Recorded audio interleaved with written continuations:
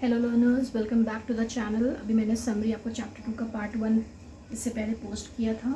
Okay, now next come to the next heading, transfer assets. Okay, हमने पहले पढ़ा था ट्रांसफ़र इनकम और फैक्टर इनकम। अब यहाँ पे क्या है, आपकी ट्रांसफ़र रिसिप्ट्स हैं। ट्रांसफ़र रिसिप्ट्स कैसे होती हैं आपकी? दो तरह की होती है। एक होती है करेंट ट्रांसफ़र्स, ओके, और नेक्स्ट होती है आपकी कैपिटल ट्रांसफ़र्स, राइट। इसको हम रिवीजन के तौर पे बस थोड़ा सा देख लेते हैं ताकि आपको बस रिकॉल हो जाए, right. So what is current transfer? ये सिंपल आपकी होती है, इसका डिफरेंस मैं नीचे लिख रही हूँ। मेड आउट ऑफ इनकम, जो हमारी इनकम होती है उसमें से दिए जाते हैं। ये आपके क्या होते हैं? मेड आउट ऑफ वेल्थ, जो हमने वेल्थ रखी उसमें से ये दी जाती है, राइट। ये क्या होती है? रेगुलर इन नेचर होती हैं, बार बार इसको करना पड़ता है, रेगुलर नेचर। ये क्या होती है आपकी? Irregular in nature, okay, irregular nature.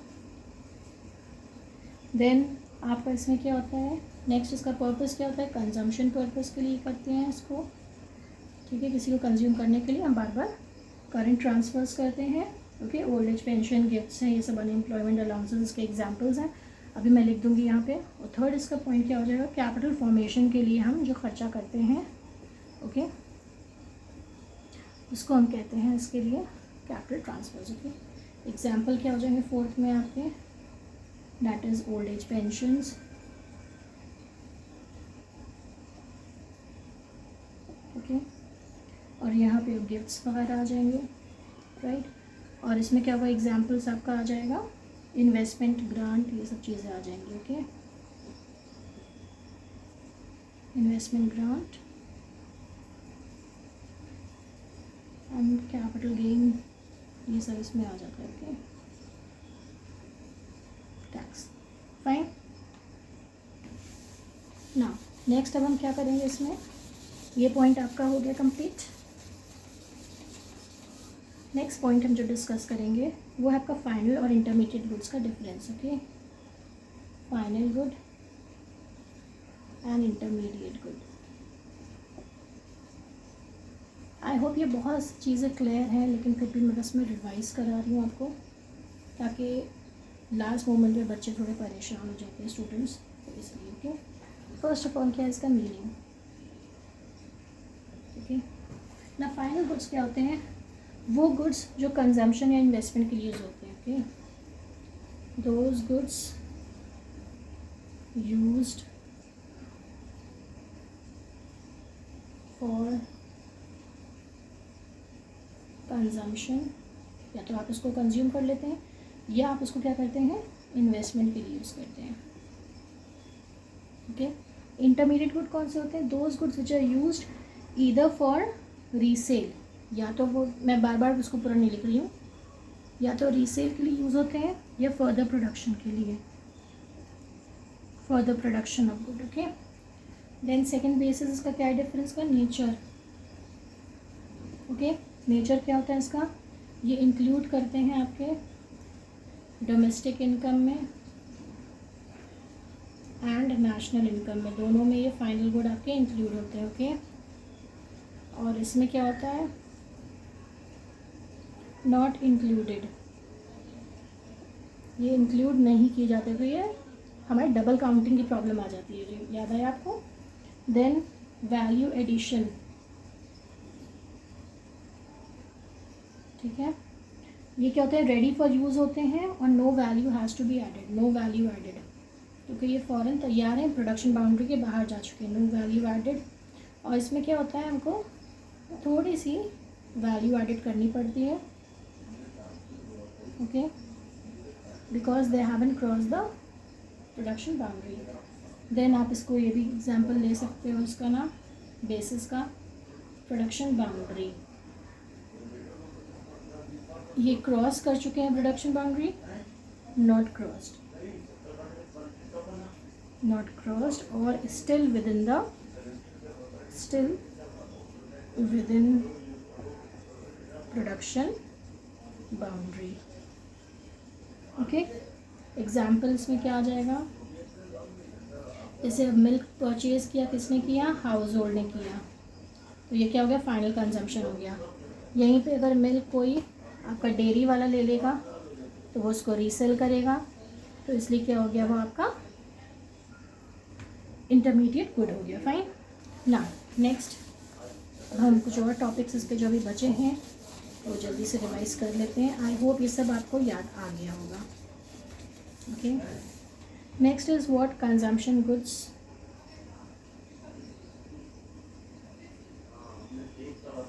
और क्या डिफरेंस है आपका कैपिटल गुड्स में। ओके, तो पहला आपका क्या हो जाएगा बेसिस में, कंजम्पशन गुड्स कैसे होते हैं, सेटिस्फैक्शन ऑफ, सेटिस्फैक्शन कैसे करते हैं वो। ओके, तो ये डायरेक्ट सेटिस्फैक्शन करते हैं, वे कंज्यूम कर लिए गए फ़ौरन। ये क्या होता है, डिराइव डिमांड होते हैं, या इनडायरेक्ट सेटिस्फैक्शन होता है। ये डायरेक्टली यूज़ होते हैं, ये इनडायरेक्टली यूज़ होते हैं, इनडायरेक्टली। ओके, ये डायरेक्ट यूज़ होते हैं, डायरेक्ट डिमांड इनकी होती है। देन सेकंड क्या होता है आपका डिफरेंस, प्रोडक्शन कैपेसिटी या प्रोडक्टिव कैपेसिटी। ये क्या करते हैं, ये कोई इंक्रीज़ नहीं करता है ना, तो इसलिए आपने सेटिस्फाई कर लिया, ले लिया, खा लिया, पी लिया, सामान ले लिया, डायरेक्टली कंज्यूम कर लिया, तो कंजम्पशन क्या करते हैं, इंक्रीज़ नहीं करते। Okay, don't increase productive capacity. Okay, अब आपने यहीं पे कोई मशीनरी ली तो क्या होगा, वो हेल्प करेगी आपको, help to raise productive capacity. Okay, then क्या होता है, एक्सपेक्टेड लाइफ।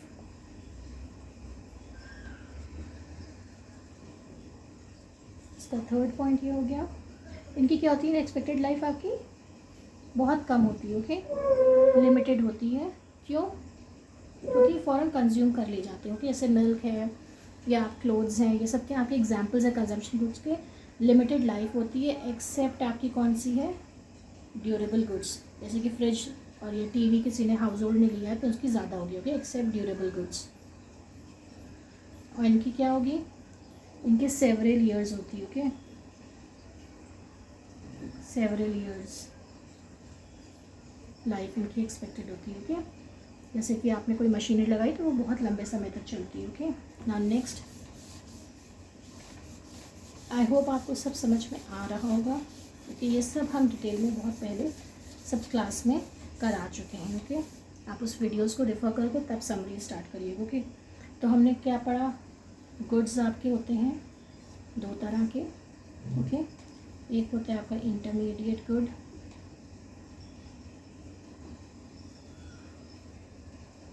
एक होता है आपका कैपिटल गुड। ओके, अब इंटरमीडिएट गुड में भी आपके क्या होता है, that is final good. Sorry, यहाँ पे intermediate good and final good, यही कभी हमने डिफरेंस पढ़ा है। ओके, गुड्स दो तरह के, एक इंटरमीडिएट एक फाइनल है। एक प्रोडक्शन बाउंड्री क्रॉस कर चुका है, एक अभी उसी में है ना। इंटरमीडिएट गुड्स किस लिए होते हैं, या तो रीसेल करे जाते हैं वो, या आपका फर्दर प्रोडक्शन में हेल्प करते हैं। Right, fine.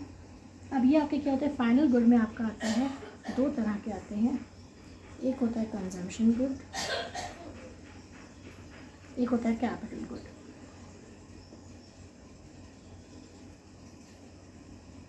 Okay, consumption goods भी आपका क्या होता है, इसकी भी कैटेगरीज होती हैं। ओके, तो इसकी कैटेगरीज क्या है, एक है आपका ड्यूरेबल गुड, जो कि थोड़ा लंबे समय तक चलता है, जैसे फ्रिज है, टीवी है। ओके, ये क्या है आपका, next is semi durable good, जो कि एक साल के अंदर जैसे चलता है, लगभग एक साल। ओके, लाइफ स्पैन उसका अराउंड 1 ईयर का। सेमी ड्यूरेबल गुड्स जैसे कि आपके क्लोथ्स हैं, ओके, क्रॉकरी है। देन नॉन ड्यूरेबल गुड्स, जो कि फ़ौरन ही एक बार में आप यूज़ करें, फिर वो दोबारा यूज़ करने के लायक नहीं रहते, non durable goods. For example जैसे कि मिल्क है, उसको दोबारा यूज़ नहीं कर सकते। ब्रेड है, हार्डली 1 या 2 दिन रहेगी, उसके बाद वो अपनी आइडेंटिटी लूज़ कर जाते हैं। ओके, तो ये थर्ड ये रहा। एंड फोर्थ है आपका सर्विसेज, जो कि हम सर्विसेज करते हैं, ये भी हमने आपको बताया था, डॉक्टर्स एंड टीचर्स हैं उनकी, okay, that can not be seen और टच्ड, राइट, ये आपका हो गया। नेक्स्ट है आपका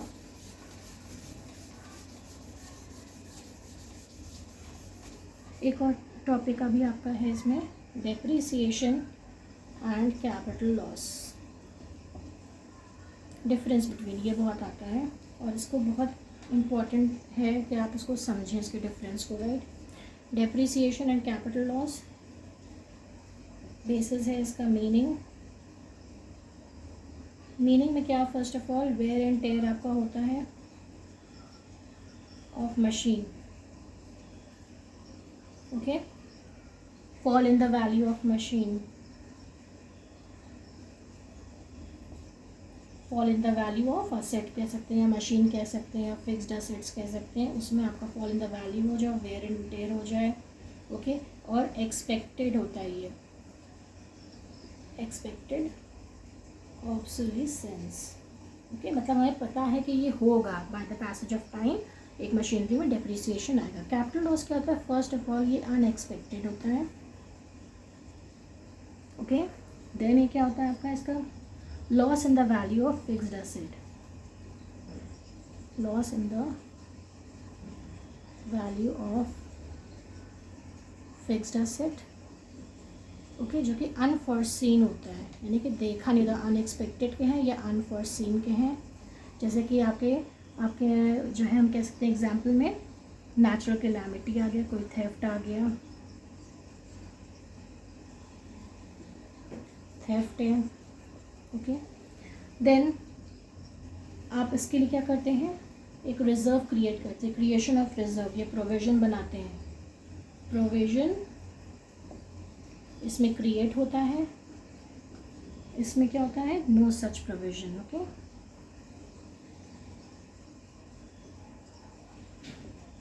देन नेक्स्ट वर्ड कहता है ये प्रोडक्शन, ये सेकेंड इसका पॉइंट हो गया। थर्ड में क्या आ जाएगा, दैट इज, इसको क्या करता है, ये प्रोडक्शन प्रोसेस के ऊपर क्या इसका असर पड़ता है अगर डेप्रिसिएशन होगा, तो ये क्या कहते हैं, प्रोडक्शन प्रोसेस को रोकता नहीं है, because reserve is created, okay, ठीक है। So does not hamper the production. और ये क्या करता है, ये पूरी तरीके से बर्बाद कर देता है, क्या हो गया, क्योंकि कैपिटल लॉस हो गया ना, फिक्स्ड एसेट ही आपका पूरा ख़त्म हो गया, आग लग गई, या नेचुरल कैलामिटी हो गई, या बाढ़ आ गई, या किसी ने चोरी कर लिया, तो आप उसका ये कुछ प्रोडक्शन कर ही नहीं सकते ना। ये क्या करता है, hampers production process. I hope काफ़ी चीज़ें क्लियर हो गई होंगी ना। नेक्स्ट और चीज़ें हम क्या डिस्कस करेंगे, अब हम करेंगे इन्वेस्टमेंट के बारे में, राइट, डिस्कशन ना। टू फॉर्म्स ऑफ इन्वेस्टमेंट होते हैं,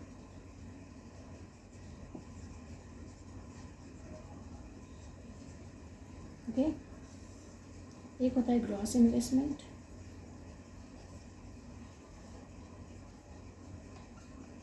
एक होता है net investment, right, fine.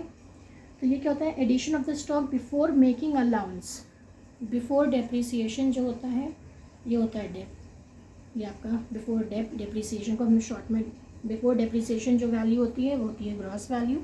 And net investment क्या होता है, actual addition made to the capital, okay, stock, that is after actual में जो आता है, ठीक है।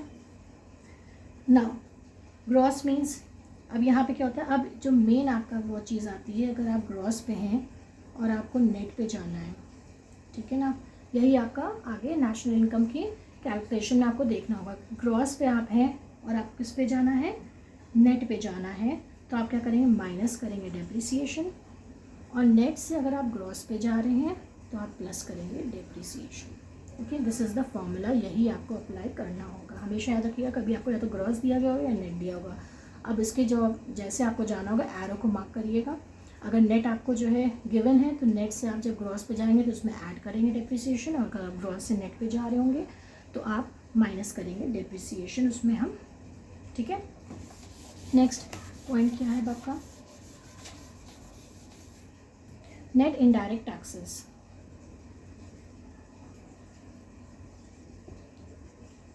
ये मैं फुल फॉर्म लिख के दे रही हूँ, आगे मैं क्योंकि शॉर्ट फॉर्म यूज़ करूँगी NIT। Okay, net indirect taxes क्या होता है, यानी कि इनडायरेक्ट टैक्सेस माइनस सब्सिडीज़ आपका आता है, ये फॉर्मूला है। नेट इनडायरेक्ट टैक्सेस का फॉर्मूला क्या है, इनडायरेक्ट टैक्सेस माइनस सब्सिडीज़। ठीक है, ये सब आपका न्यूमेरिकल पोर्शन के फॉर्मूलाज है, राइट। अब हम पहले पढ़ते हैं कि ये जब नेट आ गया तो हमें यही वाला फॉर्मूला लगाना होगा, indirect taxes minus subsidies. Indirect taxes क्या होते हैं, फॉर एग्जांपल हमने कोई सामान बाहर से ख़रीदा, ओके, और हम पे उसके ऊपर क्या होता है, हमें टैक्स देना होता है। आपने अक्सर देखा होगा, स्पेशली गुड्स एंड सर्विसेज पे होता है, हम कहते हैं उसको इनडायरेक्ट टैक्स। डायरेक्ट टैक्स क्या होता है, मैं बताती चलूँ आपको। डायरेक्ट टैक्स वो होता है जो आप डायरेक्टली पे करते हैं अपनी इनकम पे या प्रॉपर्टी पे, जिसको हम शिफ्ट नहीं कर पाते हैं, ओके। और इनडायरेक्ट टैक्स का तो शिफ्ट हो जाता है, जो भी इंसान उसका वो चीज़ ख़रीदता है बाज़ार में, या फॉर एग्जांपल ब्रेड है, पेंसिल है, स्टेशनरी है, कुछ भी आप ख़रीदते हैं तो आपको उसको अल्टीमेटली मार्केट प्राइस के जो है आपको जो है उसमें ऐड करके ही दिया जाता है, मार्केट प्राइस में इंक्लूड कर देते हैं वो। That is the indirect tax, okay. ना जैसे कि GST है, सेल्स टैक्स है, वैट है, ओके, सर्विस टैक्स। ना सब्सिडीज़ क्या होते हैं, ये होते हैं आपके बेनिफिट्स, जो कि क्या होता है आपको, या इकोनॉमिक असिस्टेंस, बेनिफिट्स या इकोनॉमिक असिस्टेंस प्रोवाइड करता है government, okay, to promote welfare activities. या ये किसको मिलती है सब्सिडीज़, या तो हाउस होल्ड को मिलती है या फिर गवर्नमेंट को मिलती है, ओके। अब नेट इनडायरेक्ट टैक्सेस जो आपका है, इसमें एक और पॉइंट है हमारा, ये सब्सिडीज़ वाला मैं फॉर्मूला लिखा रहने दूँ, ओके, ये मैंने आपको बता दिया। Next is factor cost. एक है आपका फैक्टर कॉस्ट।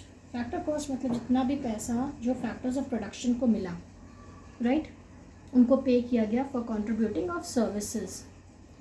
उन्होंने सर्विसेज या गुड्स बनाए, उसके लिए जो उनको पैसा देते हैं हम, that is the factor cost, okay. उनको पे करना पड़ता है, कुछ काम उन्होंने किया है। और ये क्या होता है, मार्केट प्राइस,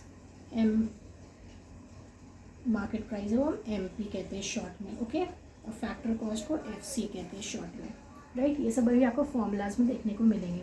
तो मार्केट प्राइस क्या होता है, प्राइस जिस पे आपको प्रोडक्ट को आप सोल्ड कर रहे हैं मार्केट में, price of the good at which sold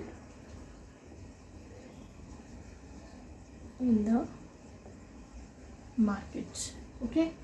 तो अब हम क्या करते हैं, अगर हमें मार्केट प्राइस गिवन है, ओके, और हमें क्या बोला गया है, फैक्टर कॉस्ट पे जाना है, कैलकुलेट करनी है फैक्टर कॉस्ट। तो मार्केट प्राइस हमें गिवन है, यानी कि मार्केट प्राइस मुझे पता है जितने पे सेल आउट हो रहा है वो प्रोडक्ट उस पर, और फैक्टर कॉस्ट पे जाना है तो हम क्या करेंगे, माइनस कर देंगे नेट इनडायरेक्ट टैक्सेस। अगर हमें फैक्टर कॉस्ट से जाना है मार्केट प्राइस पे, तो मार्केट प्राइस में इंक्लूड होता है आपका net indirect taxes, okay. I hope ये आपको क्लियर हो गया होगा। ये फॉर्मूला है, आपको याद रखना है। नेट इनडायरेक्ट टैक्सेस कैसे निकलेगा, इनडायरेक्ट टैक्सेस माइनस सब्सिडीज़। अब आपको जो क्वेश्चन में दिया होगा वो MP और FC, यानी कि मार्केट प्राइस और फैक्टर कॉस्ट। मार्केट प्राइस अगर हमें फैक्टर कॉस्ट पे जाना है तो हम माइनस कर देंगे NIT, और अगर हमें फैक्टर कॉस्ट गिवन हुआ है तो हमें अगर मार्केट प्राइस निकालना होगा तो हम प्लस कर देंगे NIT, राइट। अब लास्ट आपका आता है टॉपिक इसमें NFIA, जैसे net factor income from abroad, ठीक है। तो मैं पहले फॉर्मूला लिख देती हूँ, NFIA, यानी कि जो भी हम इनकम अर्न करते हैं बाहर से और पे करते हैं बाहर को, उसका जो डिफरेंस होता है उसको हम कहते हैं net factor income from abroad, okay. तो इसका फॉर्मूला होता है factor income from abroad minus factor income to abroad, okay. FIFA minus FITA हम लोग शॉर्ट में लिखते हैं। तो इसका क्या आ जाएगा, फैक्टर इनकम फ्रॉम अब्रॉड मतलब क्या होता है, बाहर से आई हुई इनकम, जो बाहर से आती है, ओके, माइनस फीटा मतलब क्या होता है, जो हमने बाहर गई है इनकम, बाहर से आई इनकम, ये आप इस तरह याद रखिएगा, बाहर गई हुई, टू का मतलब बाहर चली गई और ये आ रही है इन, ठीक है। बाहर से आई हुई income in the form of rent है, वेजेस है, ये सब चीज़ें हम, ठीक है, ओके। तो अब इसका जो डिफरेंस होता है वो होता है आपका NFIA। NFIA is very important when we are calculating national income. तो अगर आपका नेशनल इनकम ये है और डोमेस्टिक इनकम ये है, राइट। तो अगर हमें नेशनल इनकम से डोमेस्टिक इनकम पे जाना है तो हम माइनस कर देंगे NFIA, बाहर की इनकम को हम हटा देंगे। ओके, और अगर हमें क्या करना है, डोमेस्टिक इनकम से नेशनल इनकम पे जाना है तो हम प्लस कर देंगे NFI। ये आपका फॉर्मूला है, राइट। NFIA के 3 कंपोनेंट्स होते हैं, इसको भी हम देखते चले। NFIA 3 कंपोनेंट्स होते हैं इसके। ओके, एक होता है आपका net compensation of employees, COE, compensation of employees. Okay, net compensation of employees. एक है आपकी net income from property, net income from property and entrepreneurship.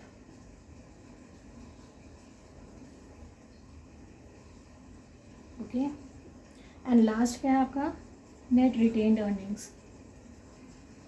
ये इसके कंपोनेंट्स हैं, पूछे जाते हैं कभी कभी। ये सब डिटेल में आपको मैं क्लास में बता चुकी हूँ। तो नेट NFIA के ये कंपोनेंट्स हैं।